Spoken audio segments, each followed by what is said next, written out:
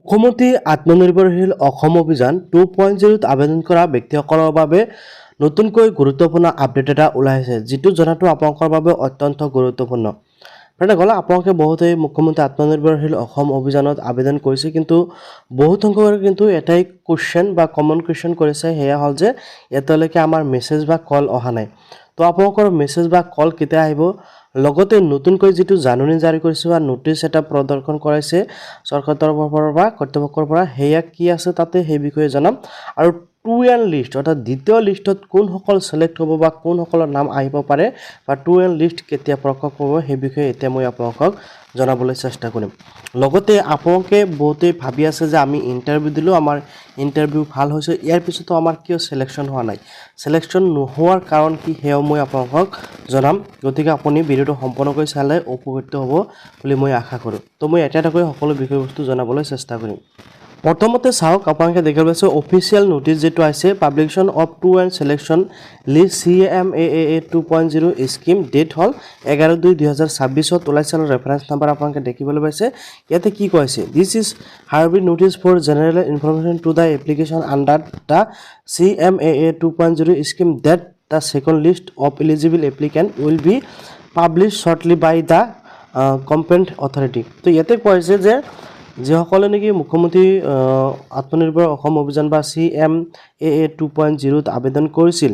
সেইসকলৰ বাবে এটা জেনেৰেল ইনফৰমেশ্যন লৈ আছে, সাধাৰণ ঘোষণা। আৰু সেয়া হ'ল যে যিটো ছেকেণ্ড লিষ্ট ওলাব, সেই ছেকেণ্ড লিষ্টত কোনসকল এলিজিবল হ'ব বা কোনসকলক অগ্ৰাধিকাৰ দিয়া হ'ব বা কোনসকল ইয়াতে চিলেকশ্যন হ'ব সেই বিষয়ে ইয়াতে কোৱা হৈছে।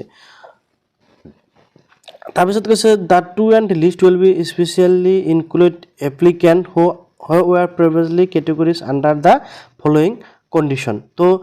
বিশেষকৈ সেইসকলক যিসকলে নেকি কিছুমান ইয়াতে ক্ৰাইটেৰিয়া দিয়া আছে, যিসকলে নেকি ফ'ল' কৰিছে,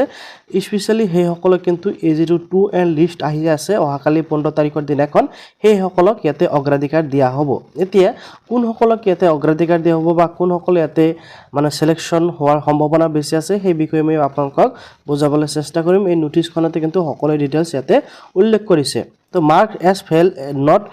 ছিলেক্টেড, ইয়াতে কৈছে যে কোনসকল ফেইল হ'ব বা কোনসকল ছিলেক্ট নহ'ব due to not fulfil of ৰিকন eligibility criteria during to the Indian phase, যিসকলে নেকি ক্ৰাইটেৰিয়াসমূহ সম্পূৰ্ণ কৰিব নোৱাৰিব সেইসকলক। তাৰপিছত ইয়াতে হৈছে ইনফিউশ্যন, যিসকল চিভিল স্ক'ৰ কম বা 0 সেইসকলৰ কথা কৈ আছে, যিসকল নেকি চিভিল স্ক'ৰ কম। তাৰপিছত কৈছে invalid withdrawn registration application who did not have a available registration at the time security, ইয়াতে কৈছে যিসকল নেকি উইথডাম চাৰ্টিফিকেট ইনভেলিড, যেতিয়া নেকি ৰেজিষ্ট্ৰেশ্যন বা এপ্লিকেশ্যন কৰা হৈছিল সেইসকলৰ যদি ইনভেলিড আছে সেইসকলক ইয়াতে চিলেকশ্যন কৰা নহয়। তো এতিয়া এই যি উইথডাম চাৰ্টিফিকেট, এই উইথডাম চাৰ্টিফিকেট কিন্তু চিলেকশ্যন হোৱা আৰু নোহোৱাৰ বহুত ডাঙৰ এটা কাৰক হৈ পৰিছে, বহুত এটা মানে বিষয়বস্তু আছে এই উইথডাম চাৰ্টিফিকেটৰ ভিতৰতে। এই যে উইথডাম চাৰ্টিফিকেট, এই উইথডাম চাৰ্টিফিকেট যিসকলৰ আছে বা ভেলিড উইথডাম চাৰ্টিফিকেট আছে সেইসকলে কিন্তু চিলেকশ্যন হোৱাৰ বহুত বেছি চান্স পাইছে। ঠিক আছে, বহুত সংখ্যক এনেকুৱা মানুহ আছে যিসকলে উইথডাম চাৰ্টিফিকেটখন বনোৱা নাছিল বা উইথডাম চাৰ্টিফিকেটখন ভেৰিফিকেশ্যনৰ সময়ত জমা দিয়া নাছিল, সেইসকলৰ কিন্তু ইয়াতে চান্স বহুত কমি আহিছে। ঠিক আছে, 50% ইফাল সিফাল হৈ গৈছে উইথডাম চাৰ্টিফিকেটখনৰ বাবেই। তো আশা কৰোঁ আপোনালোকে নিশ্চয় বুজি পাইছে উইথডাম চাৰ্টিফিকেটখন কিয় লাগিব। এতিয়া আপোনালোকে হয়তো বহুতে নাজানে যে উইথডাম চাৰ্টিফিকেটখন কি বা উইথডাম চাৰ্টিফিকেটখন কেনেকৈ বনাব পাৰি, সেই বিষয়ে যদি আপোনালোকে জানিব বিচাৰে বা উইথডাম চাৰ্টিফিকেটখন যদি আপোনালোকে বনাব বিচাৰে তেনেক্ষেত্ৰত মোৰ লগত কণ্টেক্ট কৰিব পাৰে। মোৰ এই ভিডিঅ'টোৰ ডিছক্ৰিপশ্যনত মই টেলিগ্ৰামটো দি ৰাখিম, আপোনালোকে টেলিগ্ৰামত যোগাযোগ কৰিলে মই উইথডাম চাৰ্টিফিকেটখন আপোনালোকক বনাই দিম, অথবা আপোনালোকে কেনেকৈ বনাব পাৰিব সেই বিষয়ে যদি আপোনালোকে জানিব পাৰে তেনেক্ষেত্ৰত মোৰ চেনেলটো ছাবস্ক্ৰাইব কৰক আৰু কমেণ্টত উইথডাম চাৰ্টিফিকেট লাগে বুলি জাষ্ট কমেণ্ট কৰক। ঠিক আছে, মই নেক্সট ভিডিঅ'ত আপোনালোকক উইথডাম চাৰ্টিফিকেট কেনেকৈ বনাব পাৰি সেই বিষয়ে শিকাই দিম। First time borrower applicant who have never availed loan previously as per update record and verification. তো ফাৰ্ষ্ট টাইম লোনৰ যিটো কথা হৈছে, যদি আপোনালোকে এতিয়ালৈকে কোনো ধৰণৰ লোন লোৱা নাছিল সেইসকলক কিন্তু ইয়াতে অগ্ৰাধিকাৰ দিয়া নহয় বুলি ইয়াতে কৈছে। তাৰপিছত mandatory action term for application. ঠিক আছে, তো কিছুমান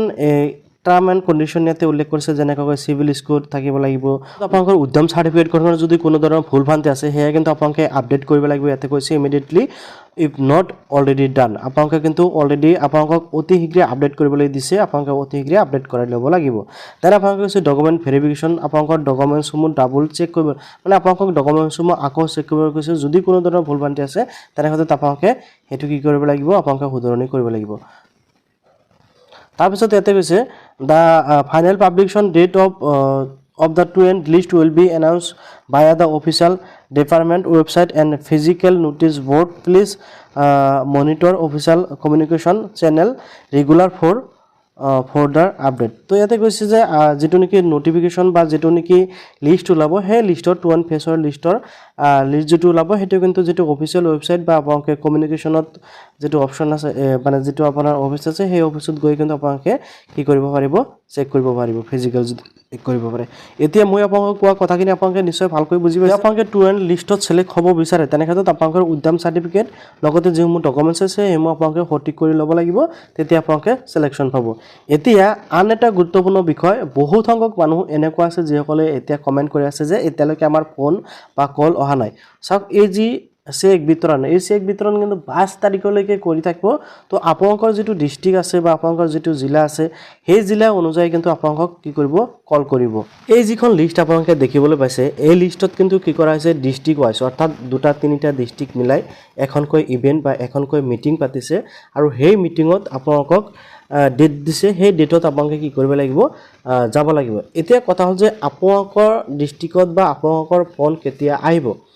সেই বিষয়ে মই এটা ক্লিয়াৰ কৰি দিব বিচাৰো ধৰি লওক আপোনালোকৰ যেটো ডিস্ট্ৰিক্ট সেই ডিস্ট্ৰিক্টত 15 তাৰিখৰ দিনাখন কি হ'ব মিটিং হ'ব এতিয়া যদি 15 তাৰিখৰ দিনাখন মিটিং হয় তেনেক্ষেত্ৰত আপোনালোকৰ 14 তাৰিখ 12 তাৰিখ 10 তাৰিখৰ পৰা ভিতৰত এই কিদিনৰ ভিতৰত আপোনাক কল আহিব পাৰে এনেকুৱা কি ধৰি লওক আপোনাৰ লগৰ এজনে কৰিছিল আপোনাকো কৰিছিল তেনেক্ষেত্ৰত আপোনাৰ লগৰজনৰ যদি আগৰ দিনা আহিছে আপোনাৰ পিছৰ দিনাও কল আহিব পাৰে মানে বহুত সংখ্যক মানুহক যেটো কল কৰি জনাব লাগে সেই হিচাপত কল আহিব পাৰে দেন ইয়াৰ পিছত ধৰি লওক আজি ধৰি এটা ডিস্ট্ৰিক্টত 15 তাৰিখৰ দিনাখন দিব কিন্তু আপুনি যেটো ডিস্ট্ৰিক্টত বসবাস কৰে সেই ডিস্ট্ৰিক্টত ধৰি লওক 20 তাৰিখৰ দিনাখন দিব তেনেক্ষেত্ৰত 15 তাৰিখত যেটো ডিস্ট্ৰিক্টত চেক বিতৰণ কৰিব সেই ডিস্ট্ৰিক্টত তো 12 13 তাৰিখত কল আহিব পাৰে বাট আপোনাৰ ডিস্ট্ৰিক্টত যদি 20 তাৰিখত চেক বিতৰণ কৰে তেনেক্ষেত্ৰত আপোনাৰ কল 16 17 18 19 তাৰিখলৈকে আহিব পাৰে গতিকে আপোনালোকে ইমান চিন্তা কৰিব নালাগে এটা কথা ভাবি ল'ব যে বহুত সংখ্যক মানুহক ইয়াতে সিলেকশ্যন কৰা হৈছে যেসকল নেকি অলৰেডি যেটো ইন্টাৰভিউ বা যেসমূহ কাম কৰিবলৈ কৈছিল সেইসমূহ কমপ্লিট কৰিছে সিভিল স্কোৰ ভালে আছে সেইসকলে কিন্তু অলৰেডি সিলেকশ্যন হোৱাৰ বহুত বেছি চান্স আছে ঠিক আছে আৰু যেসকল নেকি বিশেষকৈ উদ্যম সাৰ্টিফিকেটৰ কথা মই ক'লোয়ে আপোনালোকে যেসমূহ নেকি ডকুমেণ্টছ আছে সেইসমূহ যদি আপোনালোকে সঠিকভাৱে সাবমিট কৰিছিল তেনেক্ষেত্ৰত আপোনালোকে চিন্তা কৰিব নালাগে আপোনালোকৰ কল অহাৰ এতিয়াও বহুত বেছি চান্স আছে ইয়াৰ পিছতো যদি আপোনালোকৰ কোনো ধৰণৰ কনফিউজন আছে কিবা জানিবলগীয়া আছে নিশ্চয় কমেন্টত জনাব পাৰে